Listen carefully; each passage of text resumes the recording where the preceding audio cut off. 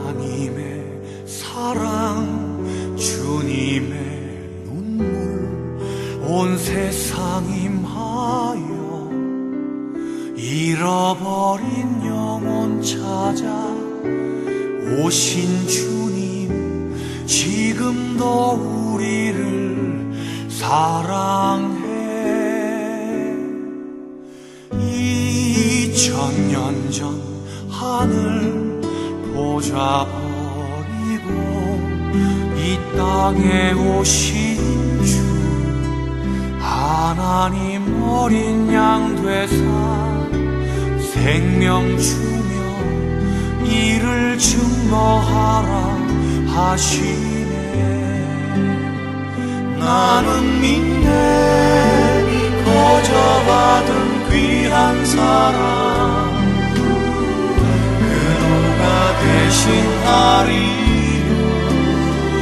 나의 생명 다할 때까지 그 사랑을 전하리라.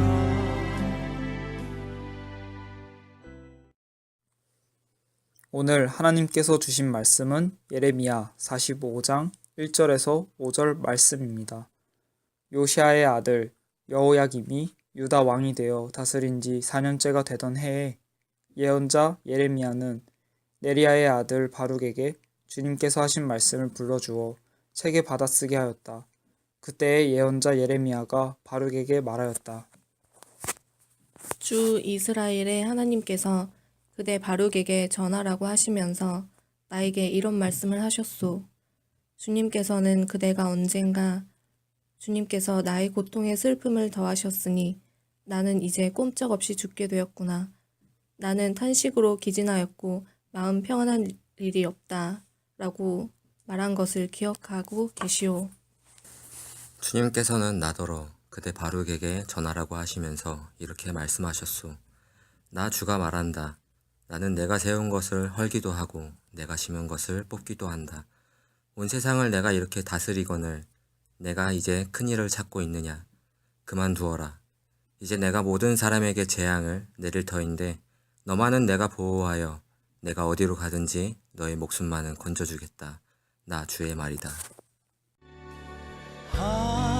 하나님의 사랑 주님의 눈물 온 세상 임하여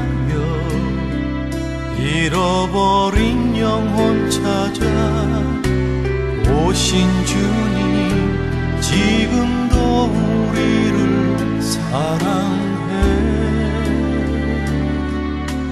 2000년 전 하늘 보좌 버리고 이 땅에 오신 주 하나님 어린 양 되사 생명 주며 이를 증거하라 하시네. 나는 믿네 거저 받은 귀한 사랑 그 누가 대신하리요. 나의 생명 다할 때까지. 오늘도 우리 주님의 크신 은혜가 저와 여러분에게 이 새벽 함께 하시기를 축원합니다. 오늘 말씀에서는 바룩이라는 인물이 등장합니다. 바룩은 예레미야 32장에서부터 등장합니다. 그는 예레미야와 동역하는 사람이었습니다. 외경에는 바룩서라고 하는 것도 있습니다. 그만큼 바룩은 학식이 뛰어난 사람으로 알려져 있습니다. 바룩의 형제 중에 한 명은 시드기야의 참모로 일한 것으로 미루어 보니 그의 집안은 훌륭했습니다. 그의 업무는 예레미야가 불러주는 것을 그대로 받아 적어 왕과 백성들에게 전달해 주는 임무였습니다. 예레미야가 감옥에 갇히게 되자 그의 임무는 더욱더 중요해졌습니다. 선지자의 일을 대신하는 것인데, 그러니 결국 사람들의 압력과 눈총은 바룩이 고스란히 받아야만 했습니다. 누군가의 글을 그대로 받아 적는다는 것이나 누군가의 생각을 그대로 받아 적는다는 것은 굉장히 힘든 일이라는 것을 저는 조금 알고 있습니다. 예전에 저희 이모님께서 이제 컴퓨터로 설교문을 작성하시기 시작하게 될 때의 일입니다. 전혀 컴퓨터에 익숙하지 못하시었기 때문에 설교를 원고를 쓰시면 그 원고문을 가지고 제가 다시 타이핑을 쳤었던 일이 있습니다. 수년 동안 토요일마다 그 설교문을 그대로 받아 적어야만 했습니다. 인쇄된 원고는 철저히 검토하여 한 줄 한 줄마다 쉬는 타이밍에 체크 표시를 하고, 또 말이 되지 않으면 다시 뽑는 일을 수없이 반복해야만 합니다. 그리고 주보를 만듭니다. 써진 대로 타이핑을 해주면 다시 거기서 틀린 것을 불러주시면 그대로 또 받아 적어야 합니다. 이것이 절대로 만만치 않은 일이었습니다. 그러나 바룩은 지금 그것보다 더한 삶을 살고 있는 것입니다. 예레미야가 바룩에게 하나님의 말씀을 전하겠다라고 해서 다시 바룩은 예레미야를 만납니다. 그의 마음에는 아마도 나는 왜 이렇게 인생을 살아야 하는가? 내가 하고 싶은 말을 전달하는 것이 아니라 왜 나는 예레미야 선지자가 전하고 있는 말을 그대로 전하는 임무를 가지고 있는가? 그렇다고 누가 알아주는 것도 아니고 오히려 핍박과 원망과 불신 또는 생명의 위협도 받아야 하는 그의 마음에는 이젠 내가 정말 힘들어서 못하겠다라는 마음이 들었을 수 있습니다. 결국 그는 감히 예레미야한테 그런 이야기는 하지 못하고 이제 여기까지만 하고 내 살 길을 찾아가야겠다고 마음 먹었을 수 있을 것 같습니다. 그런데 바로 그날 그에게 들려왔던 말씀이, 그것이 바로 오늘 본문이었습니다. 예레미야 선지자는 하나님의 말씀을 그대로 바룩에게 전했는데 그 하나님의 말씀이 바로 오늘 너를 위한 것이라는 이야기였습니다.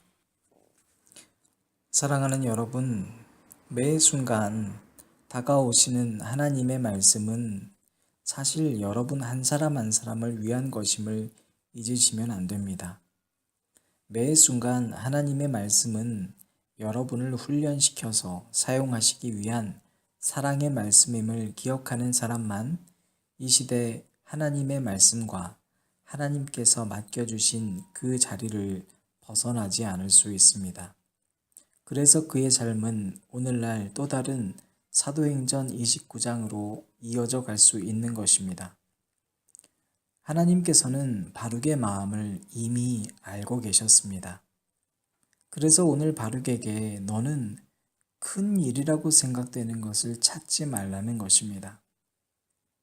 바룩은 단 한 번도 자신의 속마음을 누군가에게 말한 적이 없습니다.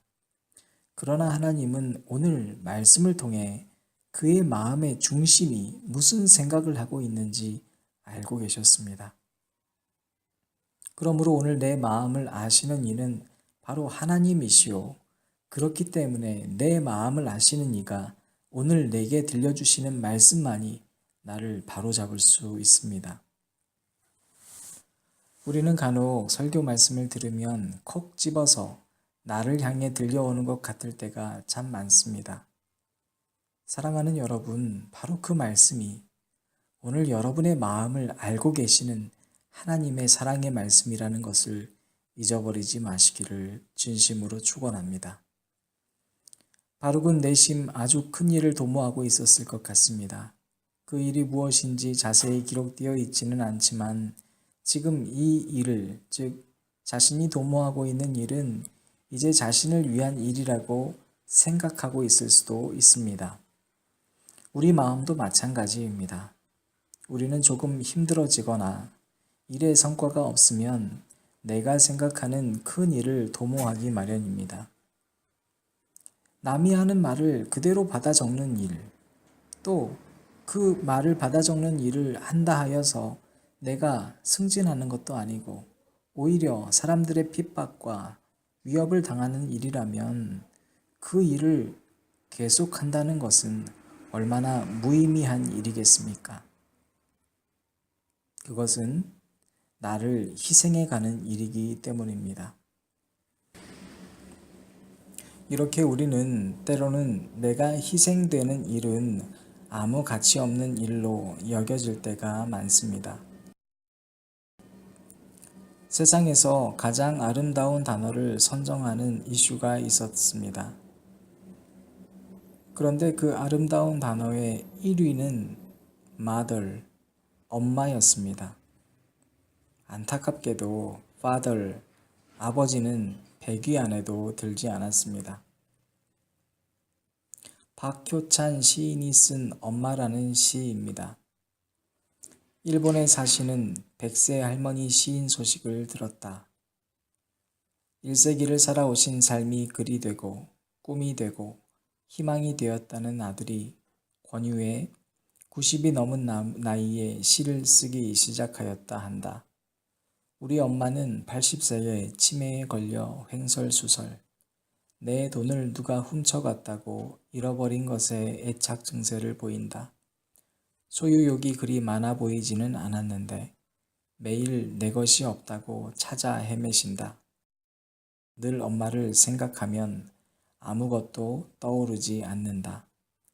머릿속이 하얗게 안개 낀 새벽 같은 느낌이랄까? 그래서 엄마에 대한 글을 한 번도 써보질 못했다. 꼭 너 닮은 딸 낳아서 길러보렴 하던 어릴 적에 들은 말이 머릿속에 박혀 있어서일까?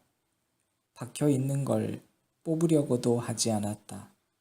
그냥 설거지 하다가도 생각해내고 내 딸이 속상하게 하면 기억해내고 그러면서 나도 엄마가 되었다. 다른 곳에 사는 엄마의 소식에 문득 우리 엄마가 생각이 났습니다. 우리 엄마는 치매에 걸려서 횡설수설하고 있습니다. 그러나 그 순간에도 이 시인에게는 엄마는 늘 기억나는 존재였습니다. 그 이유가 무엇이겠습니까? 이것은 비단 시인의 고백뿐만 아니라 모든 인간들이 고백하고 있는 엄마라는 단어의 위대함 때문입니다. 모든 인간의 존재는 어머니의 자궁에서부터 잉태되고 태어납니다. 엄마가 자녀를 잉태하는 순간 그 소식을 들음부터 엄마의 삶은 달라집니다. 자녀를 위해 먹는 것이 바뀝니다. 자녀들에게 엄마라는 존재는 늘 나를 위해 희생하는 존재인 것은 실제로 그 엄마가 나를 모태에 품는 순간부터 그의 삶이 다시 태어났기 때문입니다. 아무리 돈을 버는 것이 중요하다 해도 엄마는 모태 속에 있는 나를 위해 직업을 중단하기도 합니다. 비록 그 엄마가 시인에게는 돈 한 푼 못 벌어다 주는 분이시고 시를 쓰는 다른 엄마와 달리 잃어버려가는 치매에 걸려 있지만 나를 낳고 기르시며 손이 마르고 달아 머리가 하얘져 비록 이 순간 기억이 점점 상실되어 가는 그 아픔에도 그럼에도 불구하고 자녀들의 것을 찾는 존재, 그것이 시인의 엄마요 오늘 우리들의 엄마이기 때문입니다. 그래서 mother은 우리에게 희생의 단어이면서 동시에 사랑의 단어가 될 수 있습니다. 사랑하는 앉은 자리 기도회를 드리시는 여러분, 나를 위해 가장 큰 희생을 해주신 분이 곧 나를 가장 사랑하는 분이라는 것을 우리는 알게 됩니다. 그것은 바로 하나님 아버지라는 단어입니다.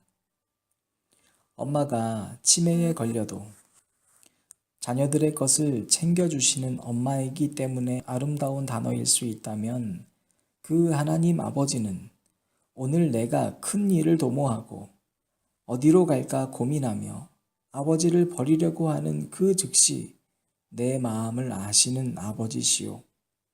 그 하나님 아버지는 그런 나를 위해 자기 목숨을 내어 던진 바보 같은 아버지시오.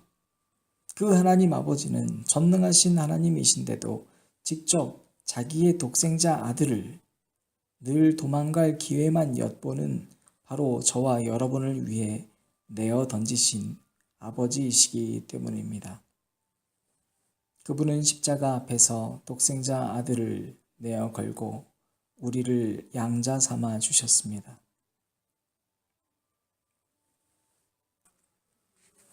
사랑하는 앉은 자리 기도회를 들으시는 여러분, 혹 여러분이 도모하고 계시는 큰 일이 있으십니까? 2018년을 마무리하면서 2019년 새롭게 꿈꾸고 있는 것이 혹 사람은 아니십니까? 거처를 옮길 큰 생각을 하고 계시는 것은 아닙니까? 1년을 마감하면서 저는 여러분과 제가 맡겨주신 자리를 내팽개치며 도모하는 큰 일이 무엇이건 간에 이 바보 같은 아버지 하나님의 사랑의 감격을 되찾아 오늘 우리들의 마음의 중심 가운데 품고 있었던 인간적인 생각을 접고 다시 한번 네가 큰 일을 찾고 있느냐라는 아버지의 질문 앞에 무릎 꿇기를 진심으로 축원합니다.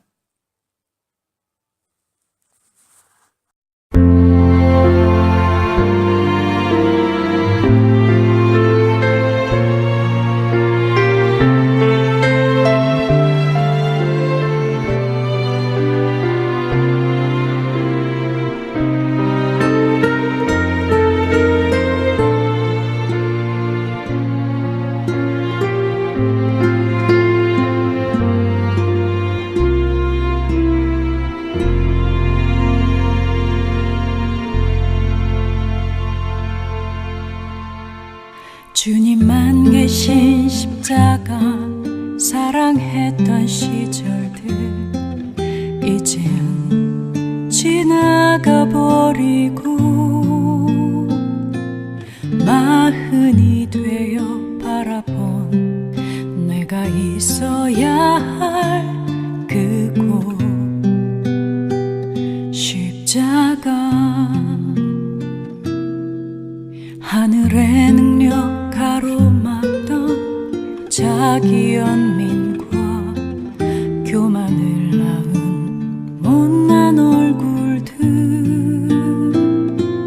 그곳에 있어야 주님 내 안에 능력 되실 수 있음 이제야 아네 그곳 십자가 그곳에 내 자를 걸어놓고 그곳에 나타내신 사랑과 능력 내 안에 가득 담으리 하늘 능력 가로막던 그곳에 걸어놓고 난 꿈꾸네 세상의 화려함 감당치 못한 나의 꿈 화려한 십자가 사랑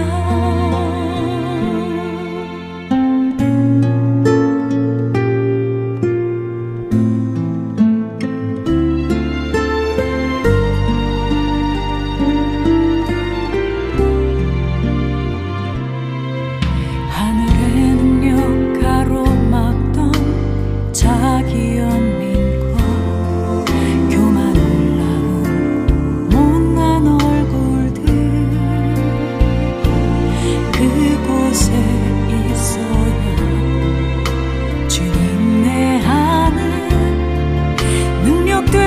수